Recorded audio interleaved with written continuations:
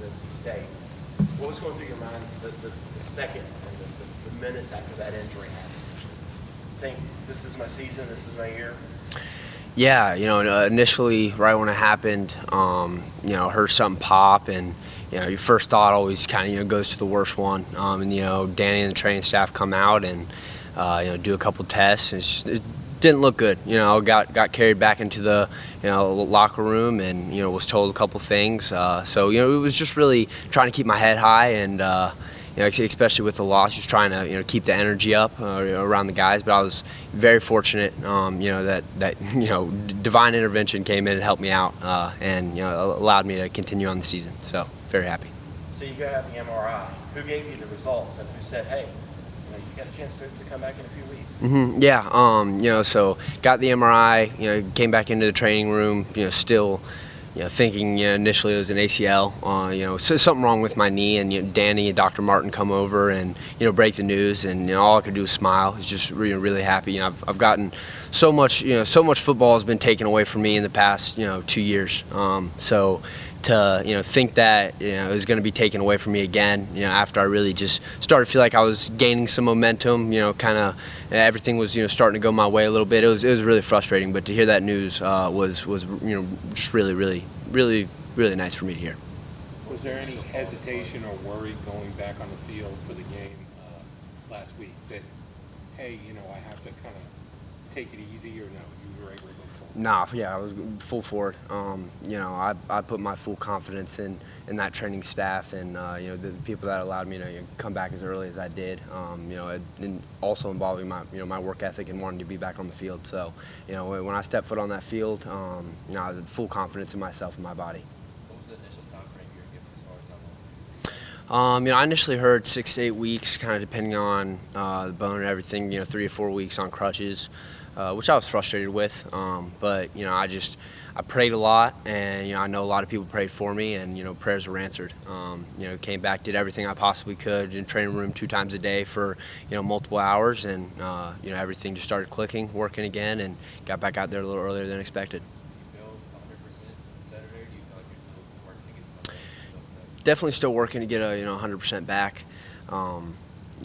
I think being out a couple weeks and really starting running on last Monday, it's tough to have your whole book back ready to go with all your moves, everything. So definitely still getting there, and I think it'll be a continued process, but I'm looking forward to it.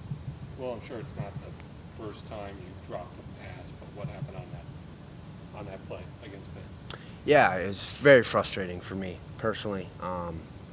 I feel like not only did I let myself down, let teammates down, coaches, whole fan base. So I'm very frustrated with that play, and I played it back in my mind 2,000 times already. So it's something that's in the past, something that I'm going to try to learn from. I'm definitely going to learn from. But it's just a great play call by Coach Elliott. Coming off a first down run, and just trying to catch the defense by surprise, seeing him right up the middle. I knew I was going to be isolated with nickel Sam, and I got my job done. I beat him down the field. DJ throws a perfect ball, and I just don't get my eye on it. Just kind of running, body's a little bit out of control, and I'm not seeing the ball perfect. But no excuses. I got to bring that one in. Very disappointing for myself, and could have totally shifted the momentum of the game, and I'm very aware of that. So. Very frustrated. Tony says 9 out of 10 times you catch that. How do you feel? Yeah, I think it's more like 99 out of 100. Shoot, man, I'm thinking about it right now. Just my blood's boiling because I make plays like that, and to not make a play like that in a big game against Pitt. I would do anything to get that play back. But, like I said, I can't. So it's in the past. What am I going to do to learn from it? What am I going to do to improve? That's really the only question I can ask myself now. And, if I get that opportunity again, which, I think I 100% will, I'm going to make the play. Some guys tried to pick you up. Tony said you were pretty down. Yeah, I was down. Like I said, I expect to make those plays. And for Coach Elliott, all my teammates to put that trust in me to make a play like that on a big stage. Yeah, I was really down, but you know, hopes are high now, and I'm just looking forward to this week. You know, against Florida State, getting back together with the guys. You know, energy is going to be high. Just got to lead, and you know, get this group going so we can make a spark offensively. When you, Kobe, and Phil, it just seems like you guys really have the running back room that's really coming together nicely. And just how do you feel like you all complement each other? Yeah, you know, we go very well together. You know, we're a really tight knit group with with D Wrench in there. Him kind of as our leader, but just a great group of guys. I mean, you know, things happen, people leave, and you know, this is what we got. You know, we're all we got, we all we need. You know, we say that all the time, and you know, just kind of bonding with that group of guys has been awesome over the past couple of weeks. Kind of how we complement each other. You know, we're all different. You know, all different in how we play the game, all different personalities. But they do go with each other very well. And you know, to think that me and Phil are freshmen and Kobe's just a sophomore. I mean, shoot, man, I'd be scared if I were, if I were teams that we're facing here in the future and even now, because this group, all we're going to do is sharpen one another. So I think the ceiling's very high for us. I guess in terms of starting 4 and 3, because of freshman class, I'm sure you guys expected much better. Now, when you come to Clemson, how do you feel like your class, your fellow teammates are handling not quite meeting what you expected it to be? Yeah, everybody is not happy with it. You know, I think it's tough because we haven't had something like this in a long time. So when you face adversity, what really determines your characters, how you react to it. So had a couple close games, had opportunities against Pitt. I think our hopes are high, and all we're going to do is keep fighting, because every chance we get to play on a Saturday is just another opportunity to prove everybody else and prove to ourselves that we can do it. And we've got all the equipment, guys, everything that we need, and we just gotta make something click.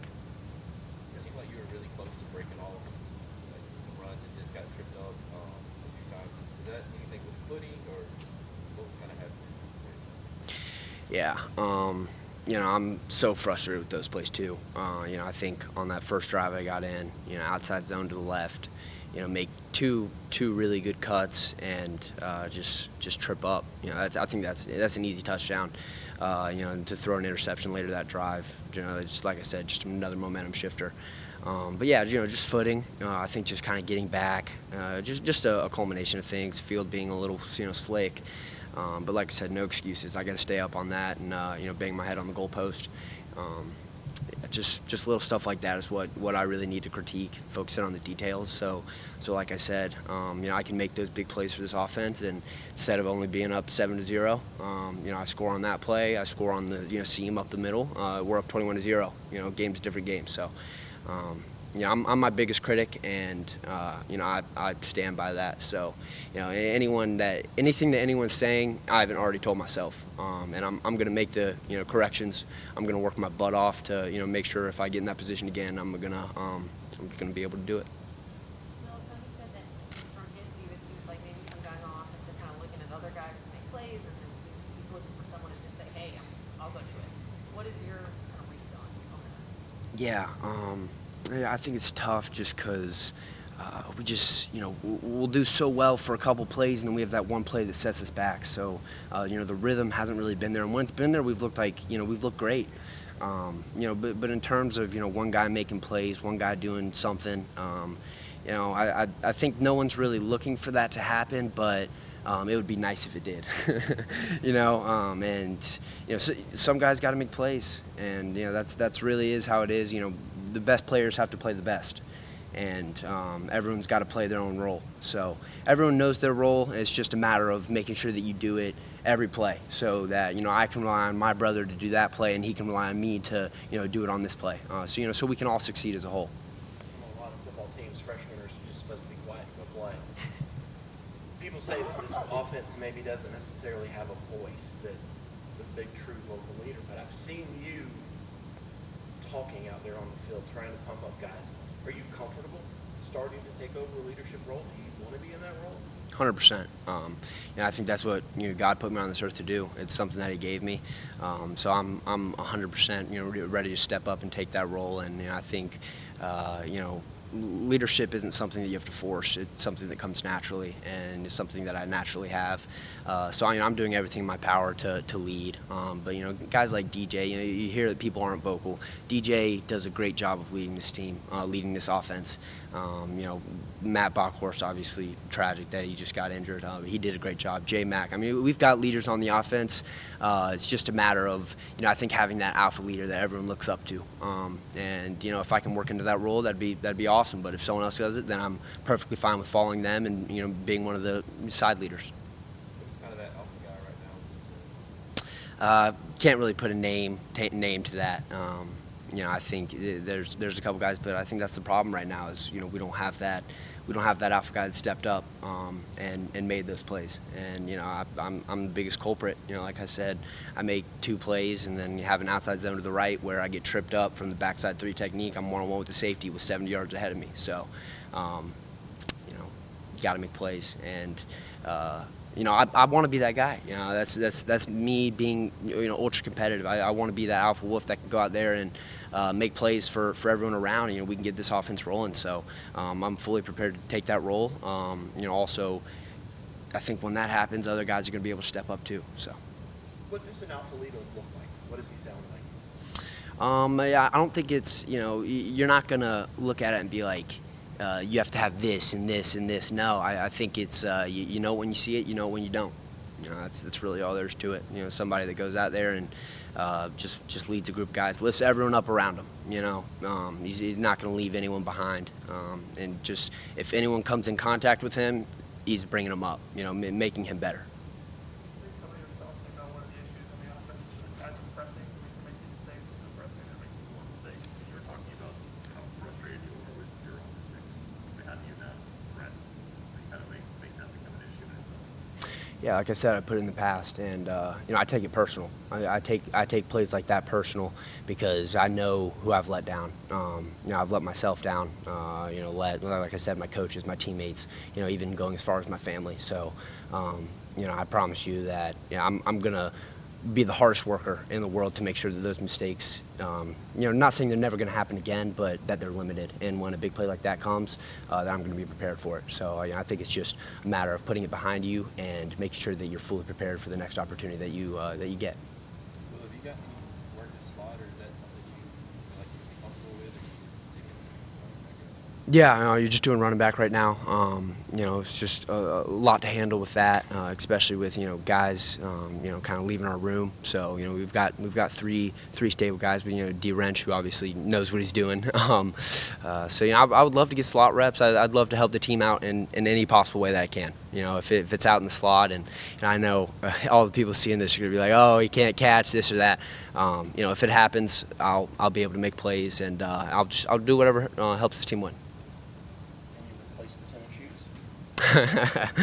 Yeah, Air Monarchs, haven't made an appearance here in a while. That might be the reason why everything's not going right. I might have to do something about that. What was the official diagnosis of your injury? I think Dad would call this a shin injury, but what actually was it? Yeah, I fractured my tibia on my left side, and still doing treatment 2 times a day for it, getting back. So hopefully be here fully healthy soon. Any questions on Zoom for Will?